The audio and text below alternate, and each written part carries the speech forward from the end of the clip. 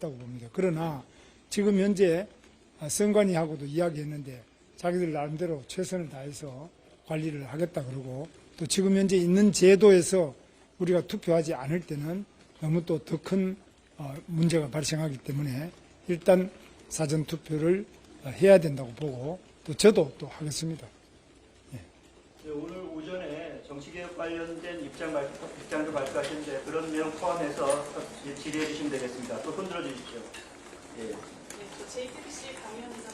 네. 아침에 당정관계 관련 정치개혁 방안 발표하셨는데 사실 당장 전임인 윤석열 전 대통령도 여러 차례 당무 개입을 했다 이런 비판이 있었거든요.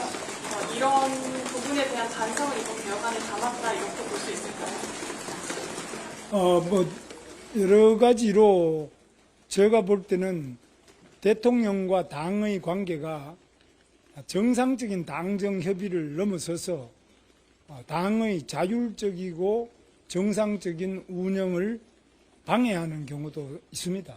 그것은 대통령이 가지고 있는 여러 가지 권한이 크기 때문에 국회의원들이 아무래도 그걸 의식해서 자기 나름대로 정확하게 당의 자율성, 민주성을 지키지 못하는 경우가 있는데, 이런 부분은 원천적으로 대통령 자신이 그런 좀 과도한 당무에 대한 개입 또는 공천에 대한 개입, 주요 의사결정에 대한 개입을 하는 것을 차단하기 위해서 여러 가지 조치를 취하고 또 그 장치를 만들도록 하겠습니다. 그래서 저는 이 당과 정의 관계 매우 복잡하고 저는 경험을 많이 했기 때문에 가장 당정의 원만한 협의를 하면서도 그것이 수직적인 관계가 지나쳐서 당의 자율성이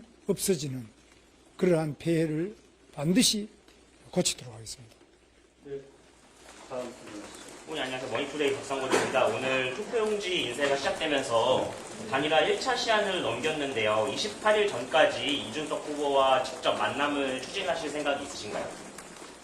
예, 여러 가지 각도에서 지금 만나는 계획이나 이런 것도 추진을 하고 있습니다만은, 그러나 언제까지 어떻게 된다 이런 것들은 말씀드릴 수 있는 제가 형편이 안 되네요. 그래서 그런 부분은 계속적으로 원래 우리가 한 뿌리였기 때문에 같은 노력을 계속해 나갈 것입니다. 네, 다음 질문 좀 드릴게요. 예, 저 채널A 김민국인데요. 김문수 후보에게 지금 충청 유세가 갖는 의미를 설명 부탁드립니다. 이게 논설에서 말씀하셨지만 한국갤럽 조사가 이제 후보님께 유리하게 나왔고, 이제 오늘 이재명 후보하고도 공선이 일부 겹치는 부분도 있고, 이번이 두 번째 방문이시잖아요. 세 번째. 세 번째 방문. 네. 그래서 충청도는 여러 가지로 중요한 데고, 딴 데도 또 여러 번 방문했습니다만은, 충청도에 대해서도 저희들이 당연히 오늘 여기 공주도 그렇고, 또 논산 국방 문제든지, 또 행정수도 관계되는 거, 또 청주에도 또 거기는 여러 가지 지역의 발전 현안, 이런 것 때문에 시간만 되면은 자주 좀 와서 방문하고, 또 이 충청도가 가지고 있는 그런 위치 자체가 상당히 사람들이 예의를 중시하고 도덕을 중시하고 또 올곧은 그런 정신을 많이 가지고 있는 충청도에서 이번 대선이 절대로 거짓말 잘 시키고 부패하고 또 여러 가지 문제를 많이 가진 이런 대통령은 만들어서 안 된다 하는 충청도민들의 민심, 이것을 제가 잘 호소드리기 위해서 오는데 자주 오도록 하겠습니다. 네, 다음 질문. 네. 연합뉴스 조라원입니다. 오늘 홍준표 전 시장이 이준석 후보에 대한 투표는 사표가 아니고 미래에 대한 투자다 이렇게 반응을 했는데 이거 좀 어떻게 생각하실까요? 홍준표 후보 전 시장께서 말씀을 활발하게 하시는 것에 대해서는 제가 특별한 코멘트를 하지 않겠습니다. 본인이 아마 생각대로 하시는데, 그건 이제 시점을 멀리 미래를 보면은 투자일 수 있고 현재 시점에 보면은 그게 또 어떤 결과를 가져오겠느냐 이건 저보다 더 잘 아실 것으로 봅니다. 네. 어머니 안녕하세요. MBC 고객님이고요. 아까 우천 유세에서 박근혜 전 대통령의 명예 회복과 뭐 억울한 점이 있다 이렇게 말씀하셨는데 뭐 어떤 방식으로 진행을 하시겠다는 뜻인지. 박근혜 대통령께서 이제 그동안에는 뭐 여러분 아시는 것처럼 뭐 청와대에서 구슬했다, 뭐 정윤회 씨하고 뭐가 있었다, 뭐 또 정유라는 누구 딸이다, 뭐 이루 말할 수 없는 많은 거짓이 있었습니다. 그건 뭐 박근혜 대통령 표현은 거짓의 산이라고 했는데 그런 거짓의 산더미 위에 갇혀가지고 이렇게 많은 어려움을 겪고 지금은 집도 다 뺏겨버리고 사실 대구에 저렇게 계시는데 제가 어제 만나 뵈니까 밖에 좀 나가기도 좀 그렇다는 거죠. 정상적인 그런 생활을 하시기가 참 어려운 처지에 와 있습니다.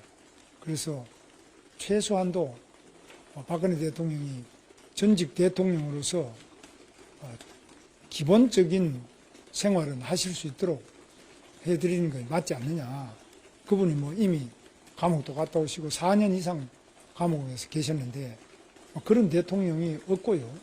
우리나라 대통령 중에 또 세계 대통령 최장기간 수감돼 계시고 집도 다 한 채밖에 없는 집이 다 뺏기고 뭐 돈도 없고 아무것도 없잖아요. 이런 부분에 대해서는 우리 국민들이 그분이 과연 그렇게 파렴치한 사람이었나 그렇게 그 보도된 것처럼 그렇게 나쁜 사람이었냐 저는 그거는 명예가 회복될 필요가 있다고 생각합니다. 네, 여기까지 진행할까 합니다. 마지막으로 딱 한 질문 하나만 더 받겠습니다. 그러면. 네. 서울신문 박진웅입니다. 당무 개입을 원천적으로 차단하기 위한 그런 구체적인 방안이 있는지 궁금합니다. 그건 참 어려운 일인데요. 우리 당이 우선에 좀 혁신돼야 됩니다. 우리 당이 용감하고 또 능력 있고 매우 도덕적인 당으로 더 발전해야 되는데 아무리 그 당무 개입이라고 당원에 써놔도 지켜지냐 그런 질문 하실 수 있는데 그런 경우가 많이 지켜지지 않는 경우도 많습니다. 그래서 우리 당의 당풍, 당헌, 당의 앞으로의 인물 이런 분들이 보다 더 이 대한민국을 수호하고 민주주의를 지키는데 용기 있고 또 실력 있는 사람들이 많이 일할 수 있도록 앞으로 당이 좀 바뀌기를 바랍니다. 예, 감사합니다. 오늘 브리핑은 여기서 마무리하겠습니다.